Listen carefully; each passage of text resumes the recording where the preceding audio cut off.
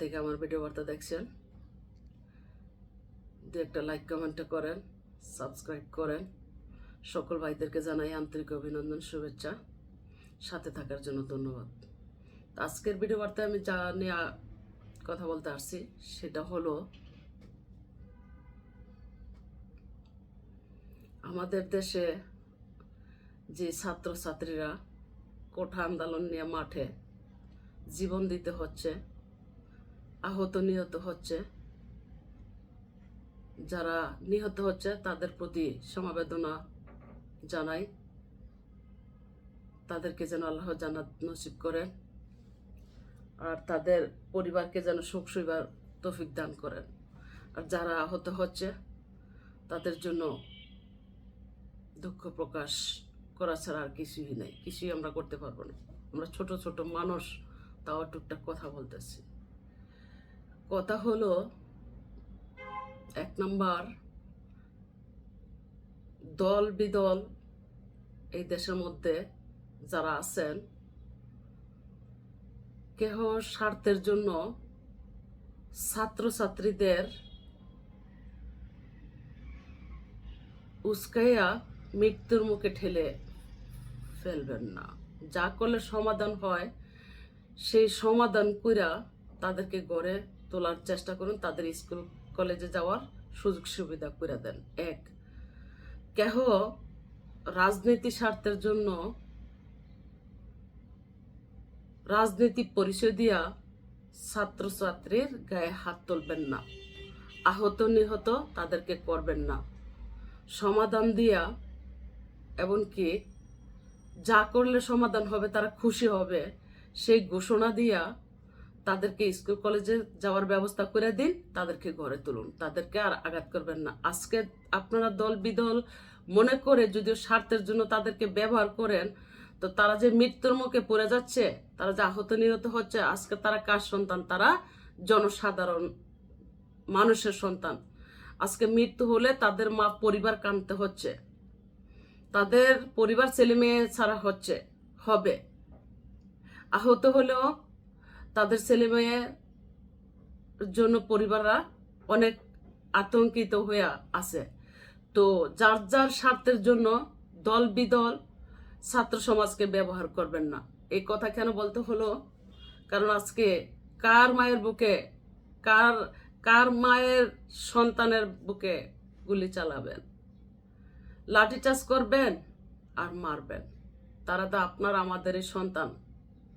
তারা কোটা আন্দোলন নিয়ে নামছে, তাদেরকে আমি অনেকটা সমর্থন করি, তবে তাদেরকে স্বার্থের জন্য ব্যবহার করবেন না। তারা যা নিয়ে নামছে সেটা সমাধান করলে তারা অবশ্যই ঘরে ফিরে যাবে, যার যার স্কুল কলেজে চলে যাবে। তো যেই কথা বললে তারা সমাধান হবে, সেই কথাটা হবে এমন, কে কার সন্তান, কোন দলের সন্তান, কার সন্তান সেটা দেখার বিষয় না। তারা যখন মাঠে নামছে, যার যার মেধায় যোগ্যতায় পরীক্ষা নিরীক্ষা দিয়ে চাকরি নিয়োগ ছাড়লে তাদের যোগ্যতায় তারা চাকরি পাবে, কেউ বঞ্চিত হবে না।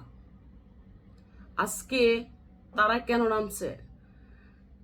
একটা বিষয় আমি দেখলাম খেয়াল কইরা খতিয়ে, যে ঠিক আছে, এই দেশে যারা মুক্তিযোদ্ধা করছে, যারা জীবন দিছে দেশের জন্য, রক্ত দিছে, 30 লক্ষ মা বোন শহীদ হইছে, এমনকি তাদের সম্মান আমাদের কাছে যুগ যুগ থাকবে, প্রজন্মের কাছে থাকবেই, যারা মুক্তিযোদ্ধা করছেন। এমনকি তাদের জন্য দোয়া করি, তারা যারা শহীদ হয়েছে তাদেরকে যেন আল্লাহ জান্নাত নসিব করেন, যারা এইভাবে মৃত্যু হয়েছে বয়সে তাদেরকে যেন আল্লাহ জান্নাত নসিব করবেন। তো তাদের সম্মান প্রজন্মদের কাছে যুগ যুগ থাকবে, তাদের নাম সবসময় মুখে থাকবে মুক্তিযোদ্ধাদের কারণে আমরা মাতৃভাষা পাইছি, মানে এই দেশ ফিরে পাইছি, ঠিক আছে। তাই বলে কোটা তৈরি কইরা যুগ যুগ তাদের পতির ঘরে, নাতি নাতির ঘরে, সতির ঘরে, খন্তির সব 14 গোষ্ঠী চাকরি পাবে, আর সাধারণ মানুষের যে উন্নয়ন ক্ষেত্রে দেশ বিদেশে পরিশ্রম করে তাদের ছেলে মেয়েদেরকে লেখাপড়া করায়, উচ্চশিক্ষিত বানায়, তারা চাকরি পাবে না মেধায়ও? আর অমেধা যোগ্যতা ছাড়া লোকটায় চাকরি পাবে মুক্তিযোদ্ধার পরিবারের দীক্ষা? এটা তো হয় না। এটা তো একটা কেমন জানি বিষয়টা, এটা তো সাধারণ মানুষের মনেও জায়গা উঠবে। যেমনটা ধরেন কোঠার কোনো প্রয়োজনই হয় না, কোনো কোঠার প্রয়োজনই হয় না। কারণ যদিও কথাটা এমন হয়, কোঠার কোনো প্রয়োজন হয় না, ছাত্র আন্দোলন করতেও হয় না, যদিও কথাটা এমন হয় যে কে কোন দল করে, কে কার সন্তান সেটা দেখার বিষয় না। যোগ্যতায় মেধায় চাকরি নিয়োগ ছাড়লে পরীক্ষা নিরীক্ষা দিয়া সকলেই চাকরি পাবে।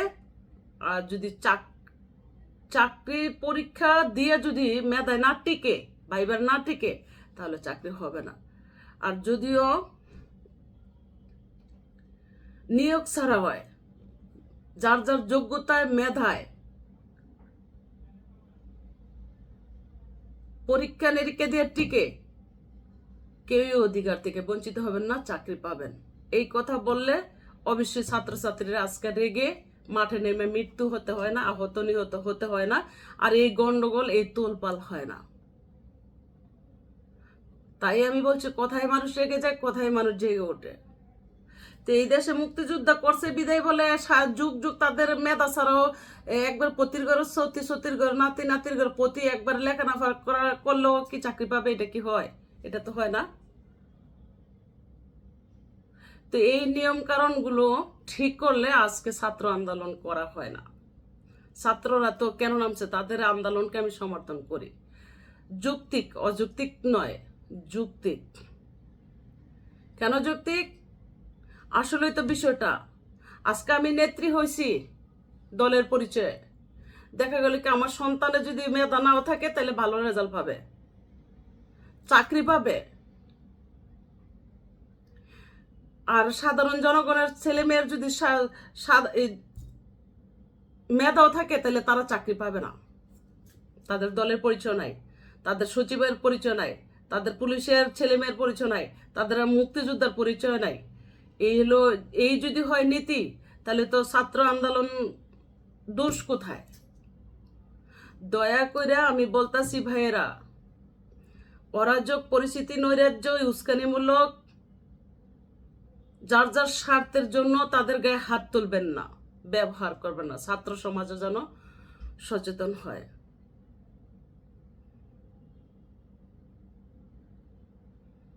দল বিদলে তাদেরকে সাইডে ফালাবেন না, কেউ দলের মধ্যে টাইনে নিতে চাবেন না। তারা যে এখানে আন্দোলন নিয়ে মাঠে নামছে তাদেরকে কথাবার্তা বইলে বুঝাই গুছাইয়া তাদেরকে ঘরে তুলে দেন। কার বুকে গুলি চালাবেন, কার গায়ে লাঠি চার্জ করবেন, কাকে মারবেন? মানলাম আপনার দলের পরিচয় দিকে তাগরে ছাত্র ছাত্রীদেরকে পিঠটা মারলেন। আরে ভাই, খোঁজ খবর নিয়ে দেখেন, আপনারই বাগিনা, আপনারই বাতিজা, আপনারই মানে ভাইয়ের ছেলে, বোনের ছেলে, মায়ের ছেলে, আপনারই ভাই তালিকা টান দিতে গেলে এরকমটাই পাবেন। এই যে ছাত্রলীগের লোক মরছে, ছাত্র আন্দোলনের লোক মরছে, এগুলো কি ভালো হচ্ছে? এগুলো ভালো হচ্ছে না তো। এরা তো আমার আপনাদেরই সন্তান, এদেরকে বুঝাইয়া গুছাইয়া, ছোট বয়স আছে, তাদেরকে স্কুল কলেজে যাওয়ার ব্যবস্থা করুন, তাদেরকে গড়ে তুলুন। কিভাবে? তারা যা করলে, যেটা শুনলে তারা খুশি হবে সেই ঘোষণাটা দেওয়া হোক। এ তো কোটার প্রয়োজন হয় না। তাদেরকে বলা হোক যে তোমরা আদালতে একটা ডেট কইরা যে অমুক তারিখে এটা শুনানি হবে, সেই শুনানির মধ্যে তোমরা কোর্ট আদালতে যেয়ে দাঁড়ায় শোনো, তারপরে যদি ভালো হয় তোমরা ঘরে ফিরো, নয়তো আন্দোলন করো। কথা হবে কে কার সন্তান, কে কোন দল করে, কে কার ফুলাফাইন, সেটা দেখার বিষয় নয়। যার যার যোগ্যতায় মেধায় চাকরি পাবা, কেউ বঞ্চিত হবে না। শেষ 10 কথার এক কথাই কোর্ট হোক, যেখানে হোক, এই কথাগুলো যদি বলা হয় তারা অবশ্যই ঘরে ফিরে যায়।